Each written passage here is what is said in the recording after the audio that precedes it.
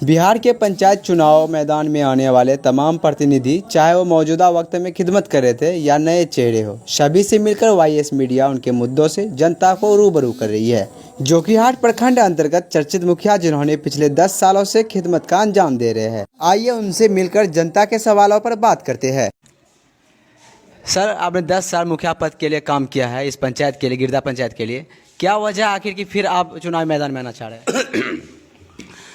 सबसे पहले आपका शुक्रिया, आपके चैनल का शुक्रिया कि आपने अपना कीमती वक्त निकाल कर मेरे इंटरव्यू के लिए, मेरे पक्ष जानने के लिए आए। इसके लिए बहुत बहुत बहुत शुक्रिया। अब यह है कि मैं 2 टर्म में मुखिया रहा हूँ। अपनी पूरी ईमानदारी के साथ इस पंचायत का विकास किया हूँ, पूरी पारदर्शिता के साथ इस पंचायत का विकास किया हूँ। और ये सरकारी विकास ही नहीं, सरकारी विकास नियम के मुताबिक होगा। कल दूसरे लोग भी आएंगे, शायद वो सरकारी विकास कर ले, इसमें हमें ना इत्तेफाक भी नहीं है। मैंने जो सबसे अहम काम किया है कि सिर्फ रोड बनाने का काम नहीं किया, बल्कि लोगों के दिलों में भी रोड बनाने का काम किया है। मैंने अपनी पूरी ज़िंदगी, ये 10 साल की ज़िंदगी समर्पित रखा है समाज में एकता लाने का, चाहे वो धार्मिक एकता हो, सामाजिक एकता हो, विषमता का एकता हो। जैसे मान लीजिए कि किसी तरह का 2 भाई की लड़ाई है, किसी का ज़मीन जगह मुद्दे, आजकल ज़्यादा अपने यहाँ जगह ज़मीन का मुद्दा है। लोगों ने देखा कि मैंने पूरी दिन रात एक करके सबका मामला को हल किया है। और अपना पूरा ये 10 साल में मेरा ये गवाह है, यहाँ के लोग गवाह हैं कि इस 10 साल में मैंने व्यक्तिगत काम एक दिन भी अपना निजी काम नहीं किया है। कोई ये नहीं कह सकता कि एक दिन मैंने अपना ज़िंदगी 10 साल 4 महीना में एक दिन मैंने दुकान को अपनी टाइम दी है, मैंने अपने बच्चों के लिए एक दिन टाइम दिया है, मैंने ये खेत के लिए अपना टाइम दिया है। मेरा ये रिकॉर्ड है कि इस 10 साल में कोई एक व्यक्ति ये नहीं बता सकता कि मैं अपने खेत का फसल तक देखने गया हूँ, मैं अपने दुकान पर बैठा हूँ। सिर्फ सुबह से शाम, रात से सुबह, शाम से सुबह, सुबह से शाम तक सिर्फ जनता के काम में मुलविस रहा हूँ। चाहे वो आर्थिक काम हो, सामाजिक हो, आज किसी तरह का बीमारी हो, मौत हो, हयात हो, एक्सीडेंट हो, घटना हो, दुर्घटना हो, केस हो, मुकदमा हो, और आज पूरी ज़िंदगी मैंने 10 साल समर्पित जनता के लिए किया है। उसका मेरा ईमानदारी का नमूना है कि इस 10 साल के अंदर एक दिन भी मेरा मोबाइल ऑफ नहीं हुआ है। अगर किसी ने 12 बजे रात को भी मुझे फ़ोन किया है तो मैं ये नहीं कहा हूँ कि सुबह आपका ये काम करूँगा। अगर उन्हें 12 बजे रात को ज़रूरत हुई है, 12 बजे रात को अगर फ़ोन किया तो मैं गया हूँ। आपको बता दूँ कि लोग पहले मुखिया के पास जाता था, गिड़गिड़ाते हुए जाता था, एक पंचायती की ज़रूरत होती थी, उसके दरवाजे में बैठता था। मुखिया जी आँख मलते हुए 8 बजे उठते थे, आता था किधर, तो बैठे रहते थे, पूछता था किधर आए, तो बाबू फला काम से आए हैं। तो वो कहते थे आज हमको टाइम नहीं है, कल तो हमको स्टाम्प बेचना है, परसों तो हाट करना है, तरसों तो बड़ा दुकान का मेरा फैक्ट्री आना है, इसलिए हमें आज कल काम नहीं है। लेकिन मैंने यहाँ के जनता को ये हिम्मत दिया है कि वो फ़ोन करके मुझे कहता है कि मुखिया जी हमें फला काम पड़ गया और अभी आइए, और हम अभी जाते हैं। ये मेरा रिकॉर्ड है। किसी जनता से आप एक जनता से इंटरव्यू ले लिए कि अगर इस बात का खिलाफ कोई बोल देगा, एक भी शख्स, ओनली एक चैलेंज करता हूँ कि अगर वो बोल दे कि मन्नान मुखिया को मैंने 12 बजे रात को फ़ोन किया था और वो मेरा फ़ोन रिसीव नहीं किया और उनके कुव्वत का था, अगर हमें बुलाना था वो नहीं आया, तो हम आपके माध्यम से कहते हैं हम इलेक्शन नहीं लड़ेंगे। 10 साल आप यहाँ पे आवाम के लिए खिदमत की है, 5 ऐसे काम को बताया जिन्हें आप तरजीह के साथ किए हैं। सरकार का जो भी राशि आता है उसमें गाइडलाइंस लगा हुआ रहता है कि इस राशि से आपको सड़क बनाना है, इस राशि से आपको भवन बनाना है, इस राशि से पुल पुलिया बनाना है, इस राशि से नाला बनाना है, इस राशि से शौचालय बनाना है। एक गाइडलाइन आता है। मैं पिछला 10 साल में गाइडलाइन को फॉलो करते हुए समानता के साथ एक एक पैसा खर्चा किया हूँ। आप मेरे पूरा एक दिन निकालिए टाइम, आप लोग पत्रकार बंधु लोग, यहाँ के जिम्मेदार पढ़े लिखे लोग, मैं पाई का हिसाब 2011 से 2021 तक का दूंगा। और समानता के साथ नियम बताता हूँ, समानता के साथ ईमानदारी से कहता हूँ कि मैंने कभी ये नहीं सोचा कि फलां जाति के लोग मुझे वोट नहीं दिए, फलां टोला के लोग वोट नहीं दिए, फलां वार्ड के लोग वोट नहीं दिए तो हम इसका काम नहीं करेंगे, उसका काम नहीं करेंगे। ऐसा मैंने नहीं किया है।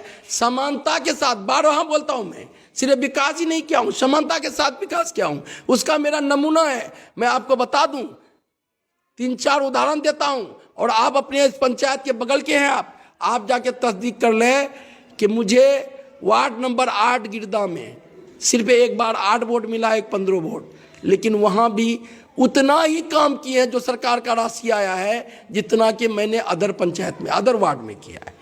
एक जरा सा नहीं। अभी 7 निश्चय के तहत मुझे इंस्ट्रक्शन मिला था कि सभी मेंबर को आप पैसा दें, बराबर बराबर पैसा दें। और कोई पंचायत आप देख लें जाके, लोग कहेंगे कि मुखिया जी एक वार्ड में इतना कर लिए, हमको इस वार्ड को तो पैसे नहीं दिए, मेंबर आपको सुनाएंगे, लेकिन मैंने उस वार्ड को भी बराबर पैसा दिया, बराबर कार्य किया। मैं किसी को दुश्मन नहीं मानता। पंचायत इलेक्शन में कोई दुश्मन नहीं होता है, विरोधी होता है। हमसे जो अगली बार इलेक्शन हारे हमारे माननीय चाचा नसीम साहब, मैंने उसके दरवाजा तक आप जाके पूछेंगे, मैंने कहा जाके चाचा आप दूसरी जगह बसे, आपके दरवाजे पर कीचड़ हो रहा है, क्या रास्ता बनाने देंगे? चूंकि उनकी निजी जमीन थी, उन्होंने बड़ा दिल दिखाया, अपना 4 आम का गाछ काट के खाली किया जगह, मैं उसके दरवाजे तक रोड बनवाया।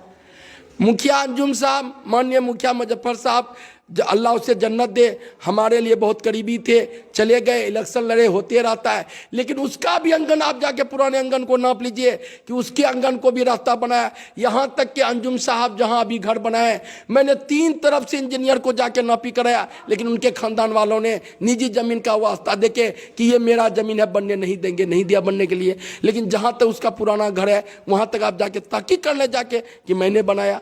माननीय एहसान चाचा, हमारे पहले समिति रहे 15 साल, अभी मुखिया के कैंडिडेट हैं, अपने दरवाजे का रोड उन्होंने नहीं बनाया, मैंने बना के दिया। मैं किसी को विरोधी नहीं मानता। मेरा विकास का ये मॉडल है कि मैंने सबके साथ समानता के साथ सरकार के गाइडलाइन को फॉलो करते हुए 100% काम किया। जैसे कि आपकी योजना के तहत स्ट्रीट लाइट वगैरह भी काम आती है, तो आपने कितना स्ट्रीट लाइट लगाया पूरे पंचायत में? जी, आप इसको पहले सुन लें। स्ट्रीट लाइन एक मद था 14वीं फिनांस में, स्ट्रीट लाइट भी था और शौचालय भी था। स्ट्रीट लाइट भी था, शौचालय भी था। स्ट्रीट लाइट के नाम पे मैं खुले तौर से बोलता हूँ, जहाँ जहाँ भी काम हुआ है खुली लूट हुई है। आपके पंचायत, आप तो मटियारी पंचायत के हैं, आप सर्वे करें कि आज से 1 साल पहले स्ट्रीट लाइट लगी थी, अब कितने जल रहे हैं? सिवाय उस काम में बंदर बांट के कुछ नहीं हुआ। मैंने उस राशि को बचा के, वैसे मैं मुस्लिम क्षेत्र में हूँ, हमारे मस्जिद आज भी 8 मस्जिद और एक आपको सत्संग भवन है मेरे पंचायत में, हिंदू भाई यहाँ कम है, एक सत्संग भवन है। मैंने 9 जगह शौचालय बनाने का एस्टीमेट बनाया है। संजोग बस अभी तक राशि मुझे 4 शौचालय बनने का हुआ है। मैं स्ट्रीट लाइट नहीं लगा के 4 शौचालय बनवा दिया हूँ उस पैसा से, चूंकि उस पैसे से बंदर बांट हुई। आप देख ले, आप उदाहरण है आपके पंचायत में, आप सर्वे करें कि 1 साल नहीं हुआ कितने स्ट्रीट लाइट जल रहे हैं। और उसका नहीं लगाने में मेरा एक काउस और था कि मुख्यमंत्री जी अगली साल ही घोषणा कर दिए थे 7 निश्चय 2 के तहत अब वो क्या करेंगे कि हर पंचायत के हर वार्ड में 10 स्ट्रीट लाइट लाएंगे, लेकिन सोलर लाइट से, और उसी बिजली के पोल में वो सोलर लाइट लगाएंगे। ये जो स्ट्रीट लाइट के नाम पे ढोंग हुआ कि लाइट रात में जगमग रहना चाहिए कि किसी तरह का कोई हादसा, कोई चोरी चकाटी नहीं हो, आदमी का सुरक्षा हो, लेकिन अफसोस की बात है कि ये मुखिया लोग या जो भी जनप्रतिनिधि इसी तार पे, पोल पे गैर कानूनी ढंग से स्ट्रीट लाइट का सिर्फ बॉल में लगा के बांध दिया। जैसे ही लाइट कटती है ये भी लाइट चला जाता है। स्ट्रीट लाइट के नाम पे सोलर लाइट होना चाहिए था, ना कि इस तार पे बांध देना।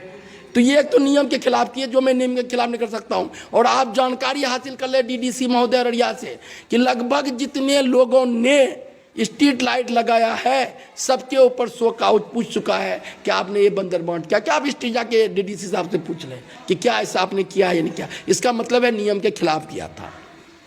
अब जब सरकार ये प्रावधान लिया कि अब लाइट चली जाती है तो फिर तो अंधेरा के अंधेरा रहता है, तो माननीय मुख्यमंत्री जी ये प्लान लिए हैं कि हर वार्ड में उसी बिजली के पोल में 10 जगह 10 बिजली के पोल में हम सोलर लाइट बांध देंगे। जो ये लाइट चली भी जाए तो वार्ड जगमग करता रहे। आप देखेंगे मेरे पंचायत में हम लोगों को लगाने का अधिकार नहीं है, बल्कि सरकार ने मुझे कहा कि आप वार्ड सभा करके, ग्राम सभा करके 10 बेहतर प्लेस पर, सार्वजनिक प्लेस पे, टोला मोहल्ला पे 10 पोल पे लिखेंगे। आप मेरे पंचायत का हर पोल में चले जाएं, उसमें कोड के साथ लिखा हुआ है पोल जहाँ जहाँ मैंने लगवाना है। मुझे नहीं लगवानी है, सरकार लगाएगा। मुझे सिर्फ ये देना है कि फला फला जगह देंगे। आप ढूंढ के देख लीजिए, हर वार्ड में मैंने एक करके सरकार को दे दिया है। सरकार अगर आचार संहिता नहीं रहती, हालांकि फैसला ले चुका है सरकार की, अभी देगा, लेकिन 1 से 1.5 महीना के अंदर सरकार का जो नियम है वो सोलर जगमग करेगा। मैंने उस राशि को दुरुपयोग को बचाते हुए शौचालय का काम किया है। आपके आवास या इस पंचायत के मेजोरिटी हिस्सा में पहुंचने के लिए 3 रास्ते का निर्माण है। तीनों रास्ते का निर्माण के लिए खास करके बरसात के मौसम पे काफ़ी नाजुक हालात हो जाती है। क्या आपने अपना निजी पैसे से उन पे कोई मटेरियल डलवाया? अगर अपने निजी पैसे से नहीं तो क्या आपने विधायक से कभी बात की? देखिए, ये सबसे ज्वलंत मुद्दा आपने उठाया है। इस मुद्दा को उठाने के लिए आपका लाख लाख शुक्रिया। आप ये बेशक जानते हैं कि जितने प्रधानमंत्री सड़क होंगे, जितने आरसीडी के रोड होंगे, आरईओ के रोड होंगे, मुख्यमंत्री के रोड होंगे, उस रास्ते पे मुझे कार्य करने का अधिकार नहीं है। पंचायत में उन्होंने स्पष्ट लिखा हुआ है कि बसावट के अंदर की गलियां, बसावट के अंदर के नाले, बसावट के अंदर के रोड को ही हमें बनाना है।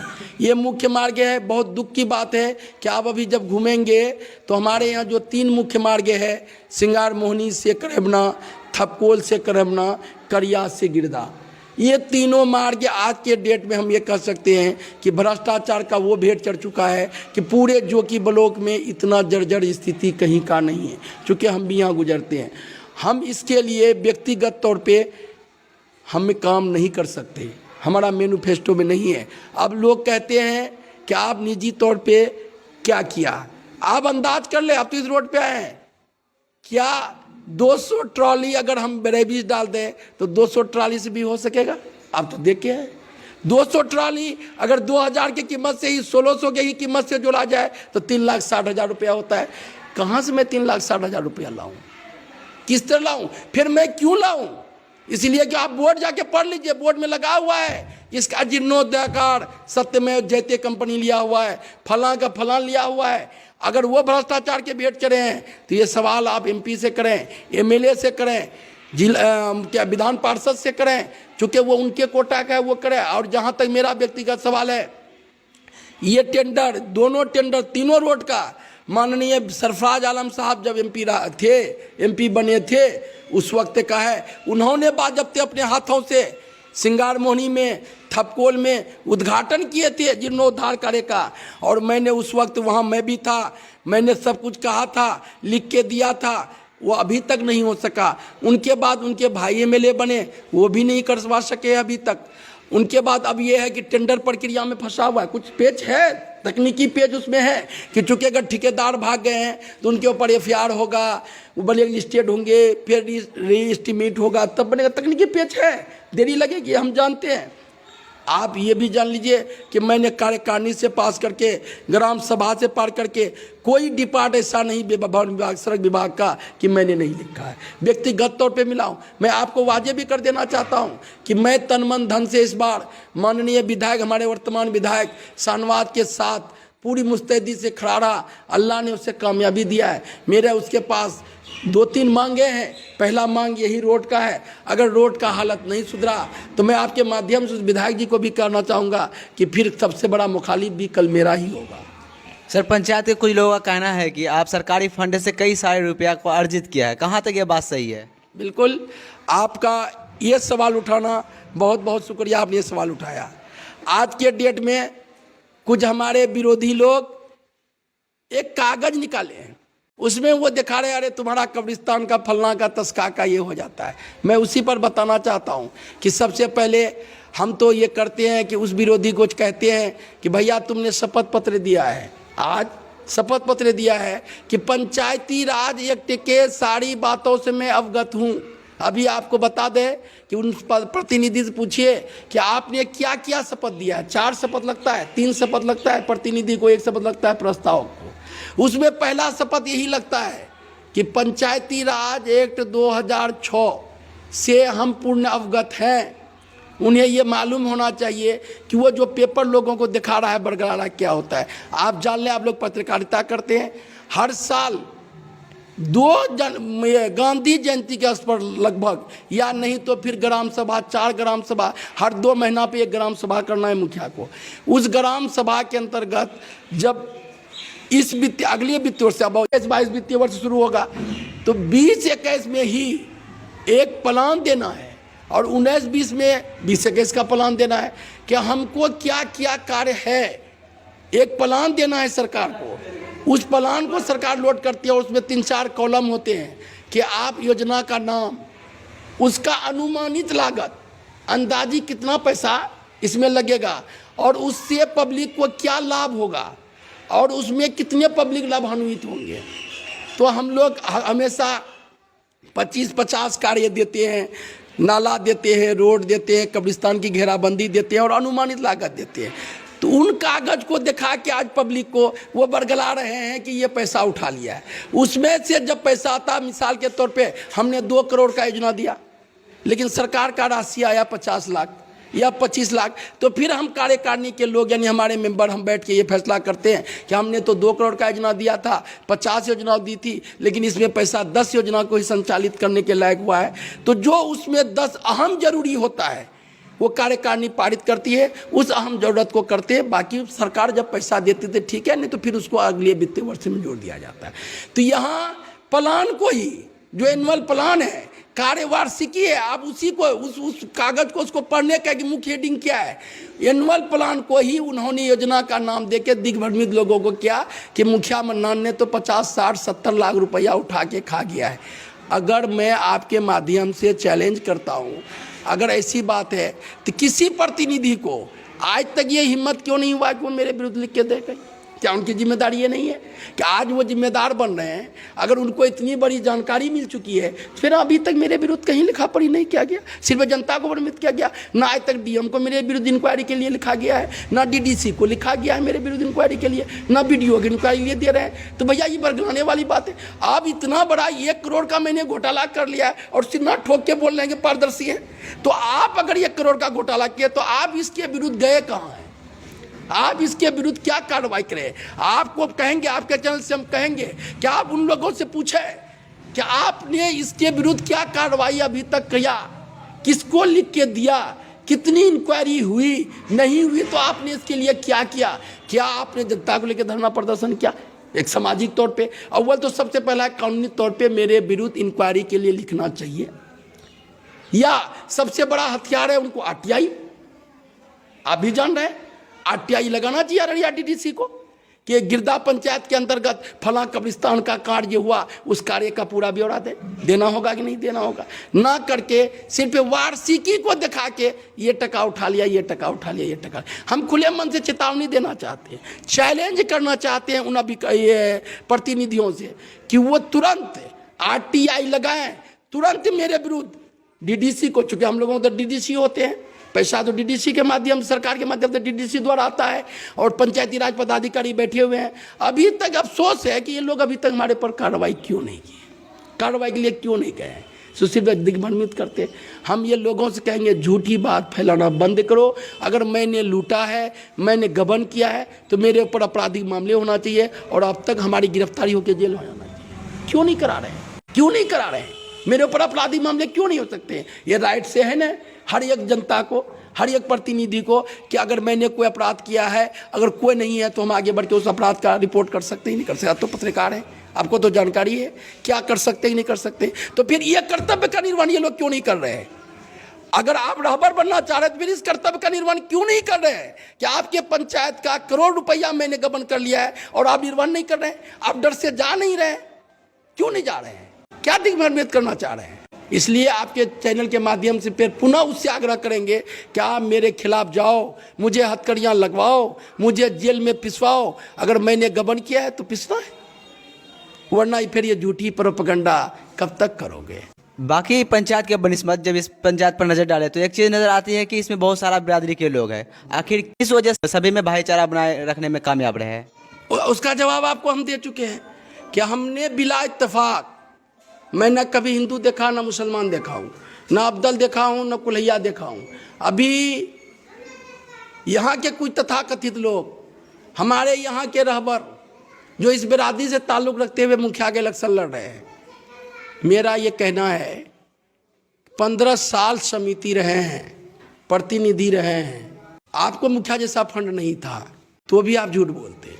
इसलिए कि पंचायत प्रतिनिधि, पंचायत समिति को अगर वो अपनी मेहनत करें तो मुखिया से ज़्यादा फंड ला सकते हैं, क्योंकि उसमें अपना कार्य क्षमता होना चाहिए अपने प्रमुख से कार्य लाने का। आप बढ़िया से जानते हैं, अगर नहीं क्षमता है तो ये समिति, जावेद साहब भी हैं बगल में आपके, वो आखिर 20 काम कैसे कराएं, 25 काम कैसे कराएं, यानी उन्होंने कार्य क्षमता पैदा किया। आप कार्य क्षमता ना पैदा करके आप बिके हैं। आप लोग 2-2 बार पैसे लेते हैं प्रमुख से, उसको प्रमुख बनाने के नियत से, इसलिए आपको कार्य नहीं दी। मैंने हर बिरादरी के लिए आते, मैं वही तो कहा कि मेरा जो विकास का मॉडल है वो समानता के साथ है। मेरा जो सामाजिकता है, मैं ये जानता हूँ कि अकल धार्मिक, मैंने कहा कि धार्मिक समानता भी मैं रखा हूँ। अगर यहाँ 14% सिर्फ हिंदू भाई हैं, अगर किसी मुस्लिम ने उस हिंदू को धमकाने का कार्य किया है तो सबसे पहले जाके मैं हिंदू की तरफ से खड़ा हुआ हूँ कि नहीं, ये मेरे भाई हैं, ये मेरे जनता है, वो 14% है, उनका सुरक्षा की जिम्मेदारी भी मेरे जिम्मे है। अगर हम अक्सरियत में हैं, अगर हम बड़े भाई हैं तो हमें छोटे भाई से प्यार करना चाहिए। तो यहाँ के हिंदू भाई तो मुस्लिम आबादी के लिए जाए मेरे छोटे भाई हैं, आबादी के लिहाज से मुस्लिम हम ज़्यादा हैं, तो हमें प्यार करना चाहिए, खड़े हुए हैं। अब मुस्लिम में बिरादरी वाइज जो एक लोग बांट रहे हैं, नौज बिल्ला, ये तो अव्वल मुस्लिम के लिए जायज़ ही नहीं है। अल्लाह से डरना चाहिए कि आप वोट के लिए जाति में बांट रहे हैं, बिरादरी में बांट रहे हैं, अल्लाह ऐलान कह रहे हैं हम फलां बिरादरी के इसलिए वोट दे दो, हम फलां गांव के हैं इसलिए वोट दे दो। अल्लाह से बचो, अल्लाह से बचो। आज ही आप बांट रहे हैं, बांटने की नीति खत्म करो। हम ये कहना चाहेंगे, हमने बिला तफरीक मुसलमान, हम लोग अब आप जाति वाइज का बात ले लें तो यहाँ हमारे यहाँ कुल 5850 कुल्हैया बिरादरी के वोटर्स हैं, 1547 वोटर अब्दल बिरादरी के हैं, 1101 वोटर हिंदू बिरादरी के हैं। यहाँ हमेशा कुल्हैया के वर्चस्वड़ा अब्दल बिरादरी को नीचे करने के लिए आप पूछ ले पूरे बिरादरी को, सबसे पहले इस बिरादरी के लिए किसी भी मामले में अगर खड़ा हुआ तो मन्नान खड़ा हुआ। इसीलिए इस बिरादरी का प्यार है, इतना प्यार है कि फिर कल देखेगा लोग करारा जवाब देगा ये बांटने वाले को, ये कि मैं गिरदा का रहबर, मैं अब्दल बिरादरी का रहबर, मैं फलना बिरादरी का रहबर। इसका आप 10 तारीख को रिजल्ट देखेंगे, वो करारा जवाब देगा यहाँ का जनता। चूंकि मैंने अपनी ज़िंदगी कभी ये नहीं किया कि मैं फलां का बेटा, मैं फलां गांव का आदमी, मैं फलां जाति का रहबर, फलां टोला का रहबर। ये मैंने समानता के साथ विकास किया, इसलिए सभी का प्यार मिला है और सबका प्यार मिलता रहेगा। मुझे ये विश्वास है कि मुझे सबका विश्व प्यार मिलता रहेगा। आपको नमूने के तौर पे कहता हूं कि ये 1100 वोटर्स का मतलब हुआ मिनिमम 400-300 परिवार होना। इस 300 परिवार में अगर कहीं सत्यनारायण पूजा भी, जो सबसे छोटा टाइप का एक हमेशा हिंदू भाई का आयोजन होता है, 90% हिंदू भाई सत्यनारायण पूजा में भी मुझे बुलाता है। आप इस बिरादरी का मेरा प्यार है। अब्दल बिरादरी की बात करते हैं, मेरा प्यार है कि वो अगर एक मिलाद भी अपने घर में किया है तो इस मन्नान नाचीज को याद किया है और ये मन्नान वहाँ जाके हाजिर हुआ है। ये इन बिरादरी का प्यार है। इन बिरादरी का इतना कर्जदार है, इतना कर्जदार है। आज एक भी वोट इस बिरादरी के लोग नहीं दे तो भी हम इतना कर्जदार है कि पूरी जिंदगी उपार नहीं सकेंगे, पूरी जिंदगी हम उबार नहीं सकेंगे। इस कर्जा को ढोते हैं और उस कर्जे के बदले, ढोने के बदले वो मेरे ऊपर एहसान करते हैं। मैंने इस बिरादरी के ऊपर एहसान नहीं किया है, मैंने सिर्फ इसको इज्जत किया है, बड़ों का इनका इज्जत दिया है, बच्चों को मैंने प्यार दिया है, इसलिए वो आज मेरा बेटा समझ के मुझे प्यार देता है। मुझे इस बिरादरी से इतनी ताल्लुक भी आज बिरादरी के नाम पर करते हैं कि मैं अपना गाँव छोड़ के अकेले आके इस बिरादरी के साथ बस गया हूँ।